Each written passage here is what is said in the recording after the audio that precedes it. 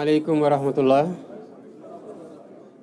Je voudrais, avant de délivrer le message, saluer l'imam ratib de la grande mosquée de Dakar, saluer le grand serigne de Dakar, saluer l'ensemble des fidèles qui sont venus accomplir le rituel prière de l'Aïd el-Fitr, du Korité gi. Rendre grâce à Dieu d'abord et dire mon immense plaisir d'avoir pu sacrifier à cette tradition avec les Sénégalais et dire que par la grâce de Dieu, nous avons pu commencer le jeûne, faire une campagne électorale paisible au Sénégal, faire une élection calme et sereine au Sénégal et choisir dans la paix le président de la République. Ce qui nous a valu le respect et l'admiration du monde entier. Rendre grâce à Dieu dans ce mois béni de Ramadan, qui est un mois de communion, de dévotion multipliée, mais surtout de dévotion acceptée et bénie. Priez que toutes ces dévotions-là soient la garantie d'un Sénégal de paix, d'un Sénégal d'unité, d'un Sénégal de cohésion sociale. Dire le pardon que j'accorde à tout le monde et demander de chacun et de chacune le pardon. Et demander à Dieu, subhanahu wa ta'ala, de nous pardonner tous et d'accepter notre jeûne et nos dévotions durant ce mois béni. Le Ramadan est un mois de convivialité et de solidarité. L'imam Ratib l'a rappelé dans son serment, l'importance de la solidarité, l'importance de la générosité entre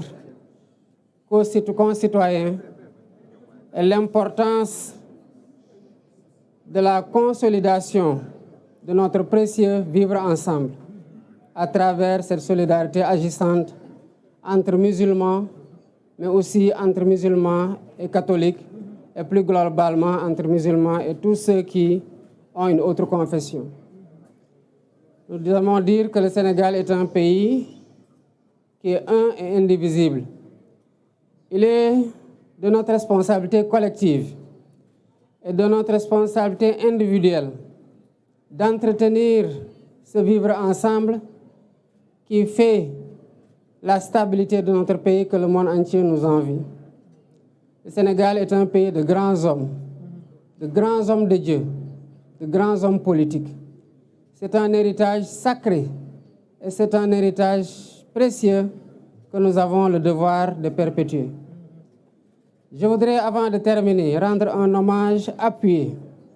à tous ceux qui nous valent la satisfaction des titres que nos enfants remportent à l'échelle internationale dans les concours de récital du Coran. Je veux citer tous les maîtres coraniques, quelles que soient les conditions dans lesquelles ils enseignent le Coran. Je veux citer tous ces imams ratibs, mais je veux surtout citer les grands hommes de Dieu, à savoir les khalifes généraux. Quelle que soit la confrérie, il reste qu'ils sont tous khalifes dans la confrérie musulmane et plus globalement dans la religion en voulant intégrer le clergé. Je voudrais saluer et rendre grâce à Dieu de leurs prières bénies qui sont le socle, le pilier fondamental qui tient ce pays-là et qui nous permet, quelles que soient les péripéties, quelles que soient les vicissitudes que nous traversons, et quel que soit le point auquel le pays a été secoué, de rester debout et de finir par fasciner le monde entier. Voilà ce que je voudrais transmettre comme mot, en priant pour eux, qu'Allah subhanahu wa ta'ala leur donne une longue vie, une santé de fer, et continue à les laisser nous guider nous soutenir et nous tenir à travers leurs prières bénies. Assalamu alaikum wa rahmatullah. Assalamu alaikum wa rahmatullah. Bala may joxe message bi rek bëggoon nuyu imam ratib bu grande mosquée bu Dakar di nuyu tamit grand serigne bu Dakar di nuyu ñëpp ñi nga xamante ne ay góor wala ay jigéen ñëw nañu jullisee fii ci grande mosquée. bu ma nuyoo imam grande mosquée de Dakar rek mel na ni nuyu naa imam yëpp ak fu ñu mënti nekk nuyu naa kilifa diine yëpp ak fu ñu mënti nekk. mel na ni tamit bu ma nuyoo sénégalais ak sénégalaises yi fi ñëw julli si mel na ni nuyu naa sénégalais yëpp jóg tey dem julli ji ak fu ñu mën di jullee ci biir Sénégal ak ci biir àdduna bi. di sant yàlla bu baax a baax a baax gannaaw bum ñu mayee ñu jóge ci xat-xatu élection yoo xam ne xëy na ñun ñëpp ci njëlbeen tiitoon nañu ci waaye ñu dugg ko ci weeru koor génn ko ci weeru koor tamit. di ci sant yàlla bu baax ci ñum lu mayee ñun ñëpp Sénégal ndax Sénégal moo ko moom ndam li nga xamante ne doonte xëy na am na ñu amoon tiis ak njàqare yàlla may nañu ba ñu génn ci jàmm am élection boo xam ne àdduna yëpp jaaree na fa gën a naw Sénégal. loolu nag lu ñu ko may mooy ñaan yi nga xamante ne nit ñu baax ñi fi jiitu ñu ngi ko fiy ñaan guddeeg bëccëg ñaan yi nga xamante ne ñi fi nekk tey di naafila di yokk seen ñaan rawatina ci weeru koor gi di zikri di jàng ay xasida wala ñuy wasifa wala ñuy dem ci jàngo yi wala ci yeneen anam di ñaanal réew mi di ñaanal waa réew mi. ñu koy sante yàlla bu baax a baax nag gannaaw bi xat-xat yooyu tombeeg weer wi nga xamante ne weer la boo xamante ne yàlla def ci ful lépp loo xamante ne ñaan la te gaaw nangu ko lool. di ñaanal ñi nga xamante ne nag ñooñu ma tudd noonu muy kilifa diine yi kilifa aada yi muy sénégalais yeeg sénégalais yëpp ak fépp fuñ di nekk di ñaanal réew mi di jóg guddeeg bëccëg suba ngoon di ko def di leen sant ci ndax ñoom ñooy li téye réew mi ba nu ñuy jaaxle ñaan yooyu rek mooy li nga xamante ne moom la ñuy mën a expliquer luy tax Sénégal du tabbi ci guuta. waaye nag looloo tax tamit Sénégal ay nit ñu màgg ay nit ñu baax yàgg fee dund yàlla wàccee leen fi muy xéewal ci réew mi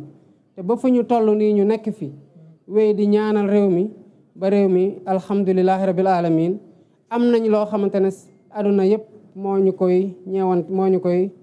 ñu ciy ñee bëggoon ko am te xëy na ñëpp amuñu ko. bëggoon tamit balaa may jóge ci kilifa diine kilifa aada yi ak ñëpp ñi nga xamante ne ñooy def loolu sant bu baax a baax nitu daara yi sant bu baax imam ratib yi ndax su ma tuddee imam ratib bu grande mosquée de Dakar mel na ne tudd naa imam ratib bu mosquée jàkka yëpp ci biir Sénégal ak jumaa yëpp ci biir Sénégal. waaye dafa am loo xamante ne ndam la ci ñun que doomu Sénégal yi yàgg di jóge fii dem jongante ci tarigi alxuraan indi ay raaya te loolu ñoom lañ koy sante quel que soit nag jafe-jafe yi nga xamante ne ñu ngi koy am ci bu ñu dee jàngale alxuraan di ko def ci ay nit di defar nit ñi waaye di def ci ñoom tamit xam-xam. weeru koor nag da di weer goo xamante ne weerug cant la weerug jàppalante la weerug suturalante la te sénégalais yàgg nañ ci jàppalante yàgg nañ ci suturalante te jàppalante googu la imam doon wax sànq ci xutbaam ne mooy li nga xamante ne moom la diine woote te xëy na sax moo tax diine bokk na li tax diine jóg ndax jàppalante boobu mooy tax ku am jafe-jafe doo ko yëgee ni noo ko war a yëgee ndax xam nga ne am na koo xamante ne mën nga weeru ci moom ba mu sedd ci yow wala mu oyof ci yow. di ñaanal Sénégal di ñaan Sénégalais yi tamit ñu ñaanal Sénégal continuer di ñaanal Sénégal ndax fii la ñu am amuñu feneen bu méttee fii la bu neexee fii la lu ñuy sàkk muy suñu njaboot fii lañ koy sàkki niñ ko jàppee nag ay nit teg ko ci suñu loxo ci jàmm noonu la ñu war a jëlee tamit te waxuma président de la République waaye sénégalais yi fii dund yëpp dañoo war a sénégalais yi ñiy ñëw ëllëg ñu liggéey lu tax bu ñu ñëwee ñu xam ne Sénégal gi génération ba génération ku ci nekk def nga ci sa wàll ci jàmm ak jàmmal ba joxe ko ci joxe loxo yi ci joxe ko ci yeneen loxo ci jàmm ñooñu continue tamit di jàmm di dox jàmm di wax jàmm di def jàmm pour Sénégal yi fi nekk yëpp mën a am jàmm. kon maa ngi baalu ñëpp ak ñi ma xam ak ñi ma xamul ñi ma tooñ ak ñi ma tooñul sax di baalu tamit ñëpp ñi nga xamante ne tooñ naa leen ci li ma yëg ak ci li ma yëgul di baalu sax ñoo xamante ne tooñu guma leen